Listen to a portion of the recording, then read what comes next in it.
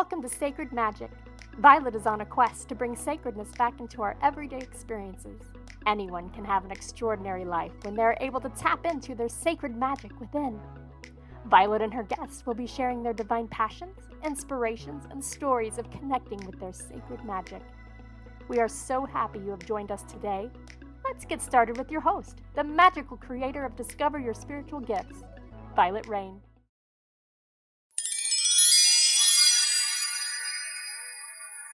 Hi, everyone. Welcome to Sacred Magic Podcast. I'm your host, Vialet Rayne, and today's guest is Neale Donald Walsch. He has written 40 books on contemporary spirituality and its practical application in everyday life, including his new book, GodTalk, Experiences of Humanity's Connections with a Higher Power, a book in the Common Sentience book series.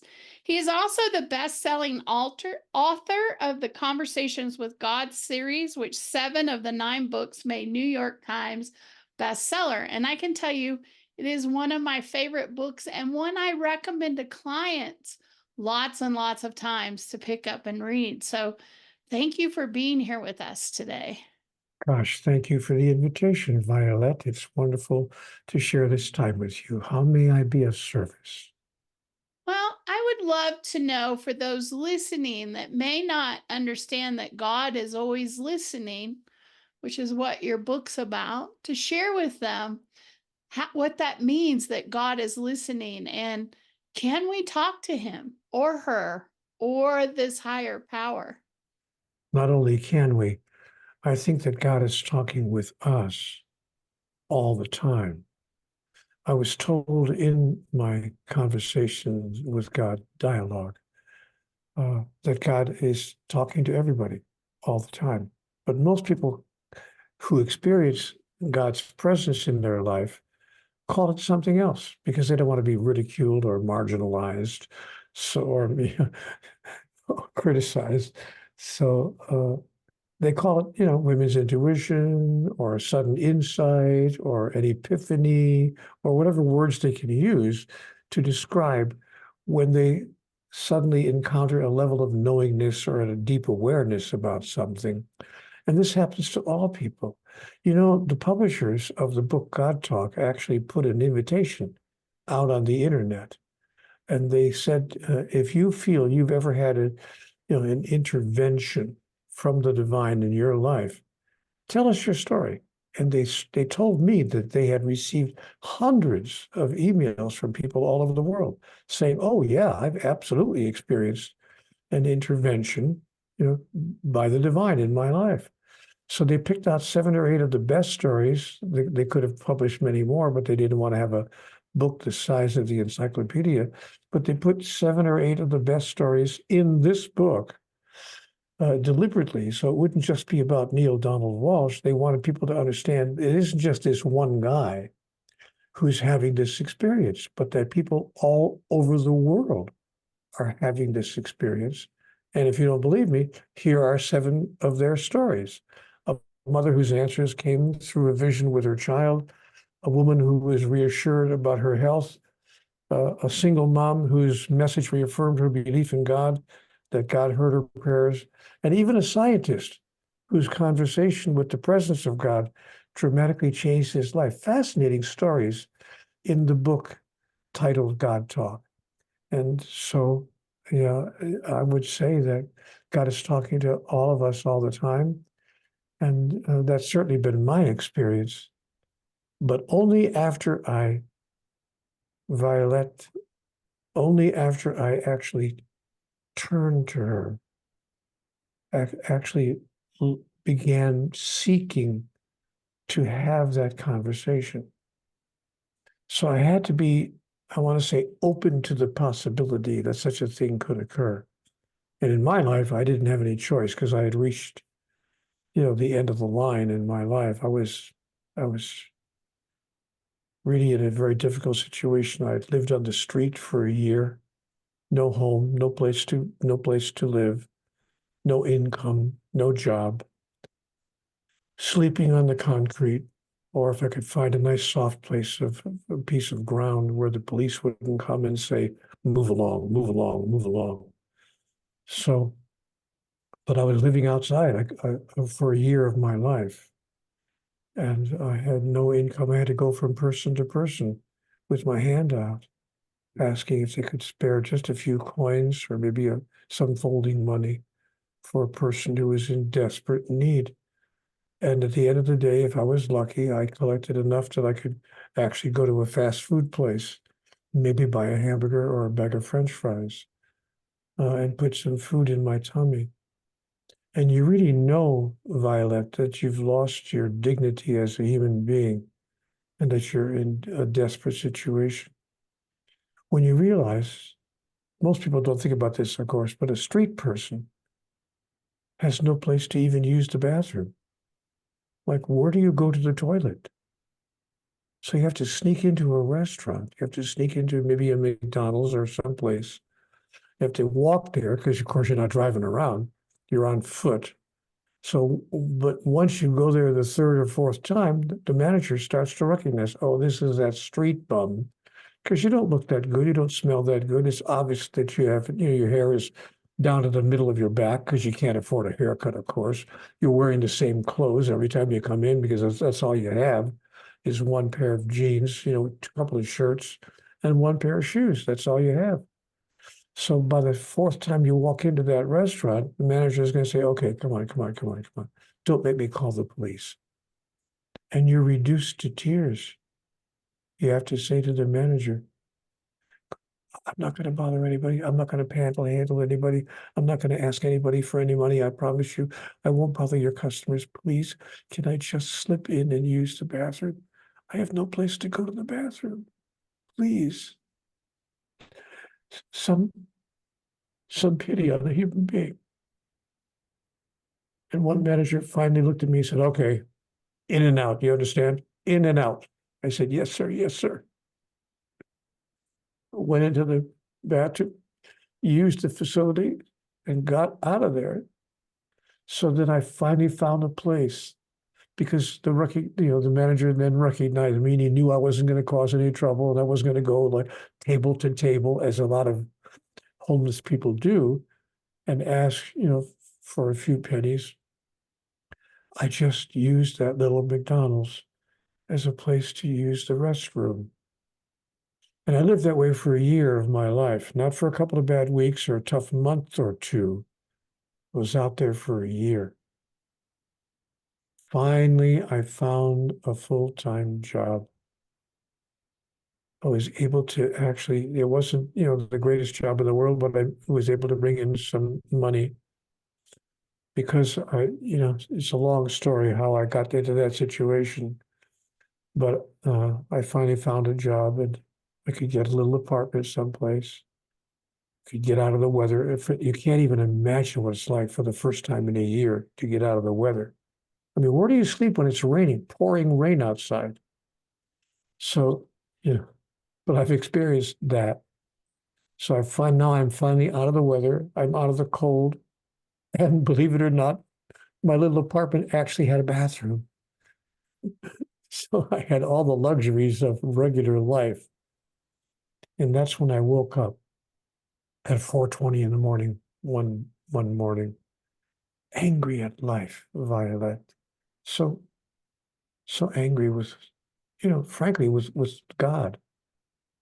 And I've sat myself down on the used couch that they had thrown in this apartment.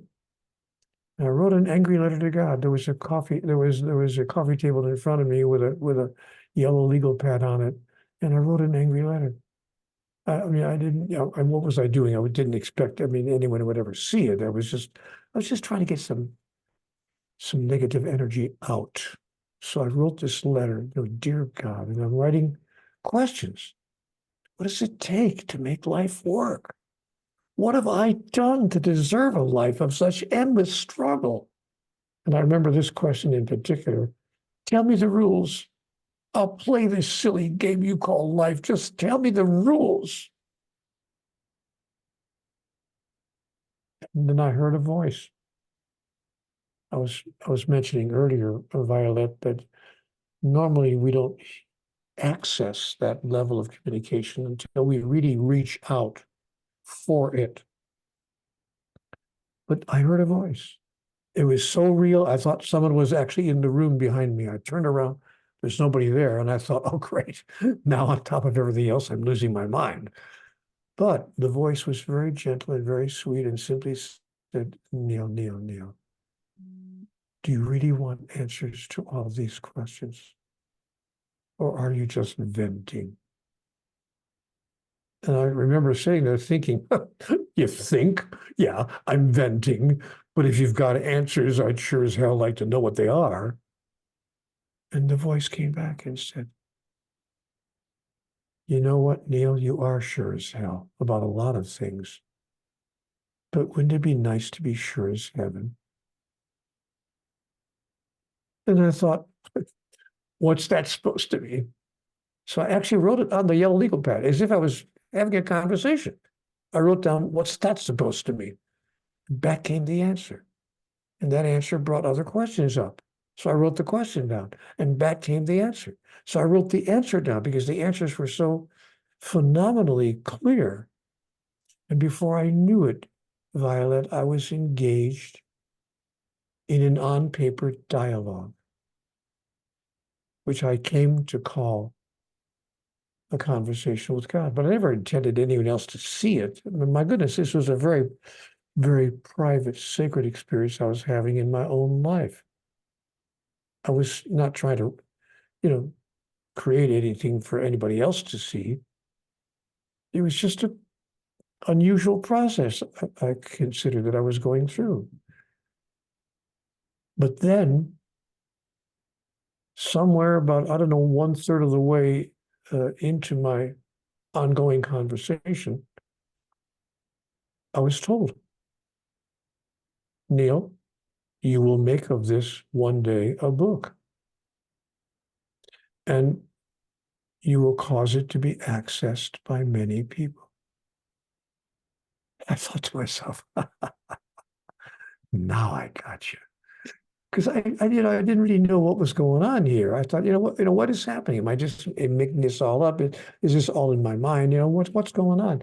So I thought, but nobody's, if this is really God talking to me, then maybe a miracle would happen, because nobody's going to publish a book by a guy who claims to be talking to God. Come on. And I can just imagine the publisher going out to the workroom floor and saying to his editors, stop everything, hold the presses. I got a guy here who's talking to God. It's not going to happen. Nobody's going to publish this. So on a dare, I sent my handwritten notes. I Xeroxed them and sent them to a small publisher on the East Coast of the United States. By golly, a week and a half or 2 weeks later, I get a phone call, and the publisher's on the phone. He says, we want to put this book out.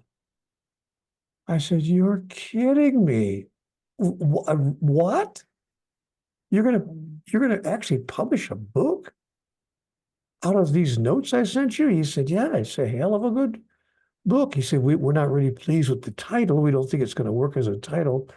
And, most fiction books have more exciting titles than that. And I said, whoa, wait a minute. This is not a fiction book. You're not publishing this as a fiction book. This is a non-fiction book. And the guy on the other end of the phone says, are you telling me you actually had this experience? I said, yeah, that's why I sent it to you. He said, whoa. Okay, we'll publish it as a non-fiction book.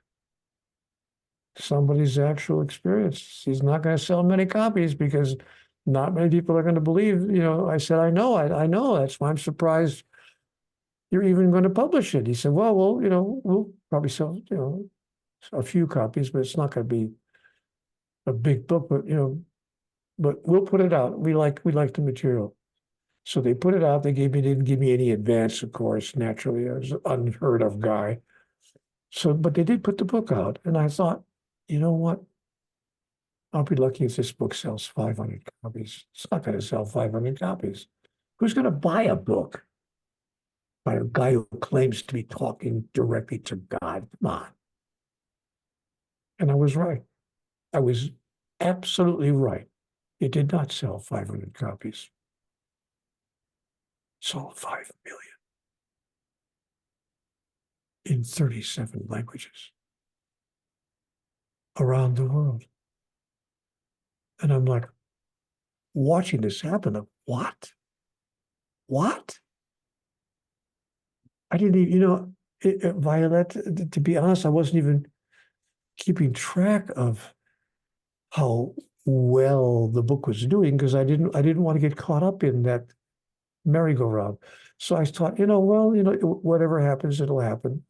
I'm working. I have a nice little job. I've got a little apartment. It's not the greatest place in the world, but I'm out of the weather. It's okay. Life is better than it was.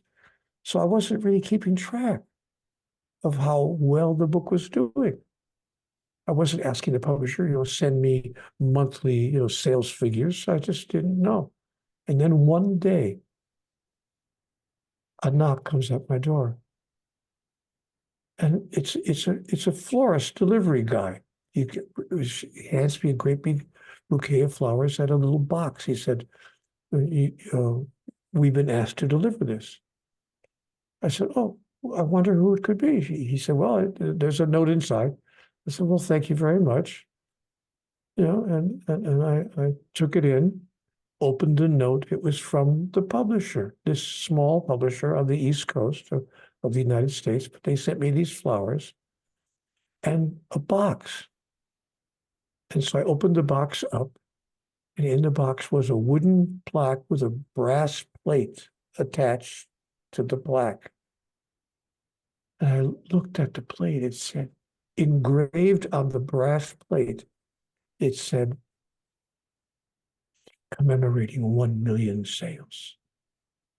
Commemorating 1 million copies, it actually said. Commemorating 1 million copies of Conversations with God. You could have knocked me over with a feather. I wasn't keeping track. It's what? 1 million copies? Are you kidding me? And that's how I found out that we had, excuse me, not bragging, but just saying, a New York Times bestseller, which stayed on the bestsellers list for 167 weeks. Wow. Wow. So that's my story, and I'm sticking to it. I love that story. I love that story. So share with our audience if they want to have conversations or be able to talk to God. What do you tell people about that? Well, I tell them that we all can have that, and we don't have to be at the end of our line. We don't have to be at the bottom of the barrel. We don't have to be in the worst possible life situation the way I was, living on the sidewalk. We can just simply call out to God, just simply ask God, to communicate with us. So we can simply sit down. You can do it in any one of ways that you want. You can write, a letter the way I did, or you can just simply say a prayer. Most of the world's religions tell us that if you pray to God, God will reply, or you can simply send your thoughts out to the universe. But there are 6 steps that I think people could take. And I put those 6 steps in the book called GodTalk. I offer them 6 quick, easy steps that might put them in a position where they would feel that, yeah, I think I can have a direct back and forth communication with the divine. I want to make something clear before I get into this, if I can, Vialet. It's not my understanding, based on my own conversation, that God is somewhere out there. We're way up there in the sky somewhere, and if we're lucky, we can make a communication work.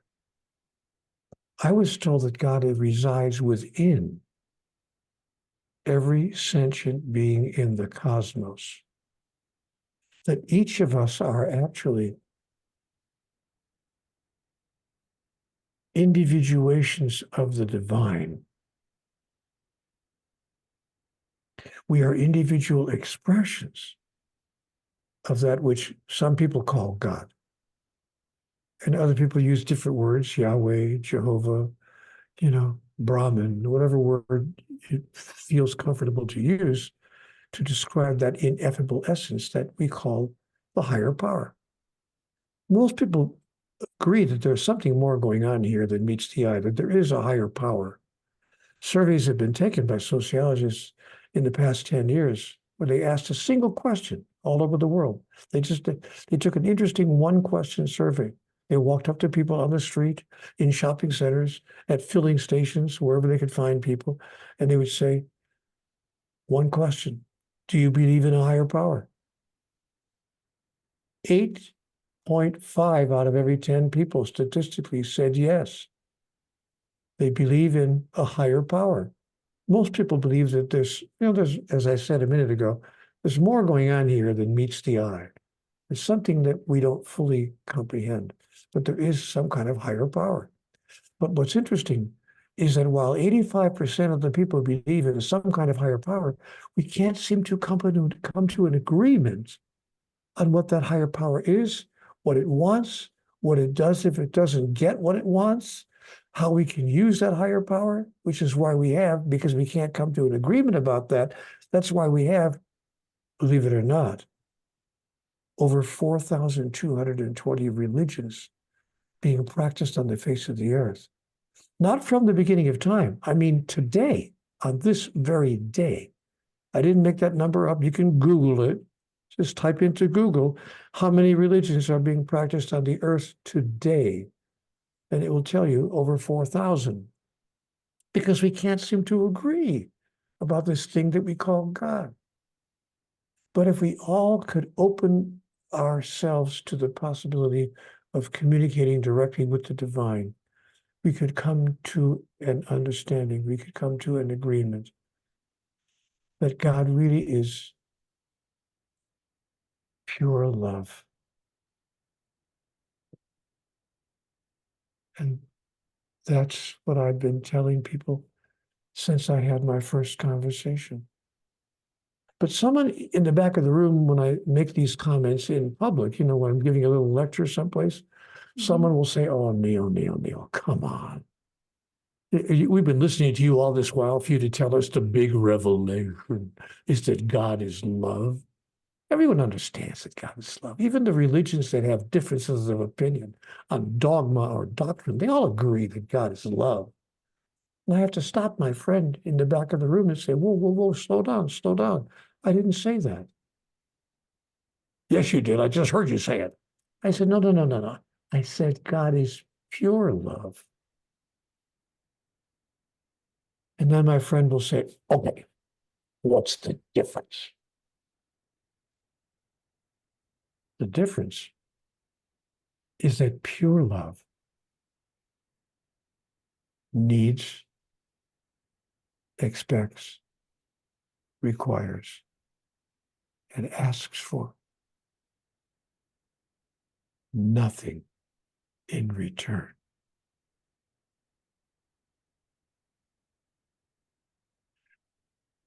We can't even love the person on the pillow next to us that way. Much less can we imagine a God who loves us that way. No, we've created a God who needs stuff from us, needs our worship, expects us to obey him or her or whatever it is, requires us to do what is commanded, and punishes us if we don't meet God's expectations. That's our idea of the highest power in the universe. When I put that in front of God, I said, God, help me out with this. What don't I understand here? God said to me, sweetheart, it's so simple. What you don't understand is that I don't need anything from you. I am, in fact, the highest power in the universe. What could I possibly require or need or demand from the likes of you? An unevolved species still behaving like primitives. I don't need anything from you guys, Neale, any more than you would need something from, say, a 2-year-old child. Is your entire life destroyed? Are you willing to punish with everlasting damnation a 2-year-old child for not giving you what you need from that child? Or are you at least at the level of clarity enough to realize, I don't need anything from this child? Of course not. She's just 2 years old. She doesn't even know what she's doing half the time. She doesn't know. And when the child accidentally spills the milk at the kitchen table, do you say to the child, it's okay, sweetheart, Daddy forgives you? Of course not. Because you realize forgiveness is not part of the equation. In fact, not only do you not forgive the child, you actually comfort the child in the moment of her dismay. Which is why I will never forgive you for anything. Because you cannot hurt, damage, destroy, upset, or frustrate or anger me in any way. But I will comfort you in the moment of your dismay if you ever find yourself acting in a way that's less than who you know yourself to be. You can rely on me to comfort you because that's the relationship that I have with you. Now, my dear Vialet, the question becomes, is the human race prepared to believe in a God that wonderful? Or must we hold on to our idea of a God who is judgmental, condemning, and punishing? Well, of course we do. We do hold on to that idea because if we let go of that idea, then we can't be judgmental, condemning, and punishing with each other. We're using the way God behaves with us as our justification for the way we behave with each other. Because most of our religions tell us that we should do our best to imitate the divine, to act in a godly manner.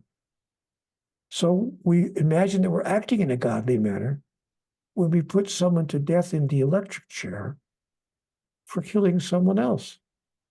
Even though we say, thou shalt not kill, we say, but of course we can kill people if they kill someone else. You know, an eye for an eye, after all. An eye for an eye, a tooth for a tooth. No, it's just simple justice.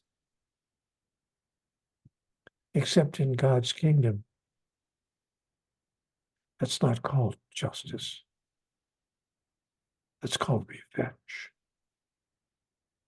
That doesn't mean we should condone the activities of people who hurt others, but it means that we find a way to respond to their behaviors without duplicating the sin that they themselves committed.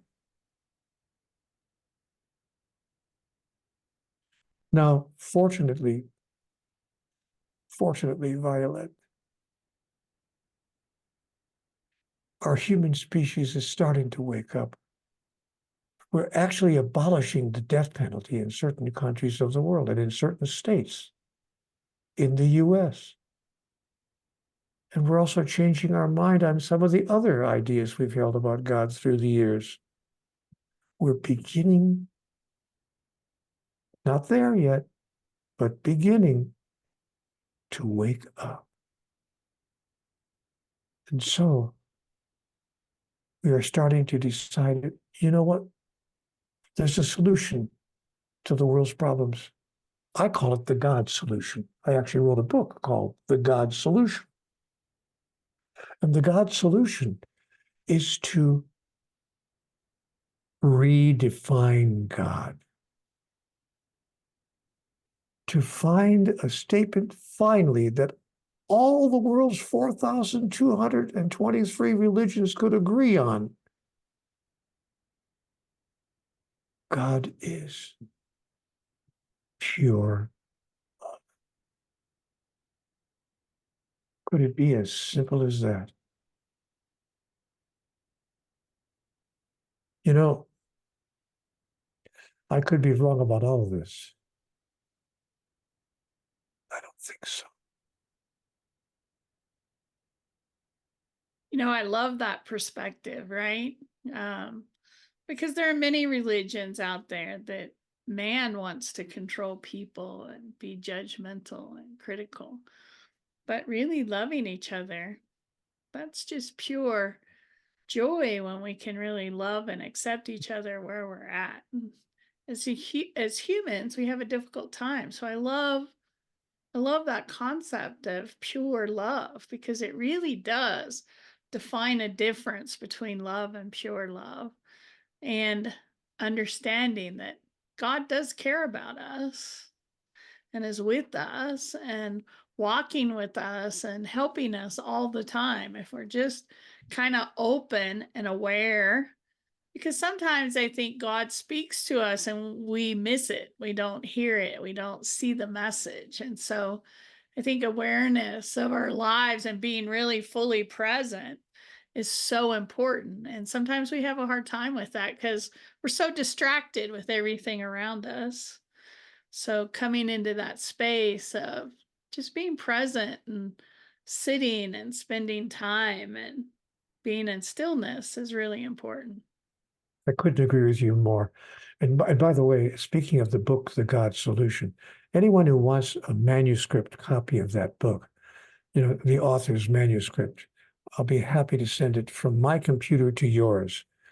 I can't send you a hard copy of the book because I don't happen to have a stash of them in my back room, but I do have it on my computer, obviously, because I wrote it on my computer. If it serves you to read the book, The God Solution, just send me a note. Send it to Neale at neale.donaldwalsh.com and say, Neale, please send me the book, and I will send you a link that allows you to access the book, The God Solution. You can access the author's manuscript at no cost. I don't want anything from you. I don't need you to give me any money for it. I just want you to read it. I love that. I love that. That's awesome. I will definitely send that request because I would like to see that as well. Thank you for sharing that with our audience. I'm very grateful to have had the opportunity to share much of what I was told in my conversations with God. And I hope that people will find the book GodTalk, which has only been out about 9 or 10 weeks. The ink is still wet. It's a brand new book. But if people want to learn more about how they can get closer to their own conversation with God, I think you'll find that book very, very interesting.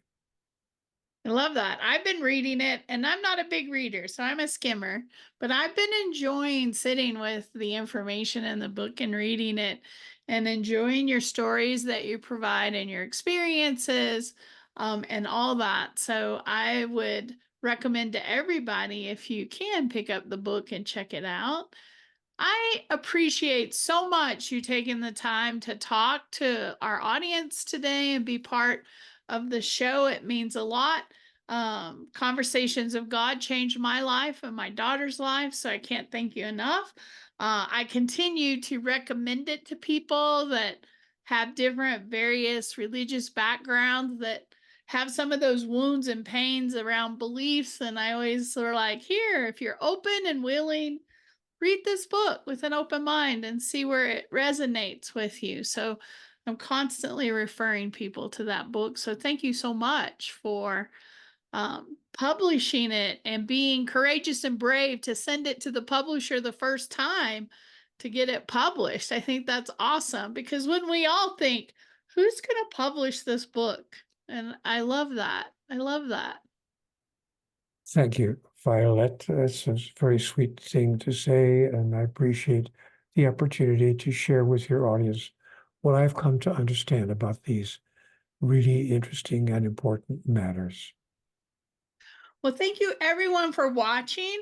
I hope that you'll like, comment, and follow us on all of our channels. Thank you for taking the time to watch and listen today. Thank you, Neale, for being here.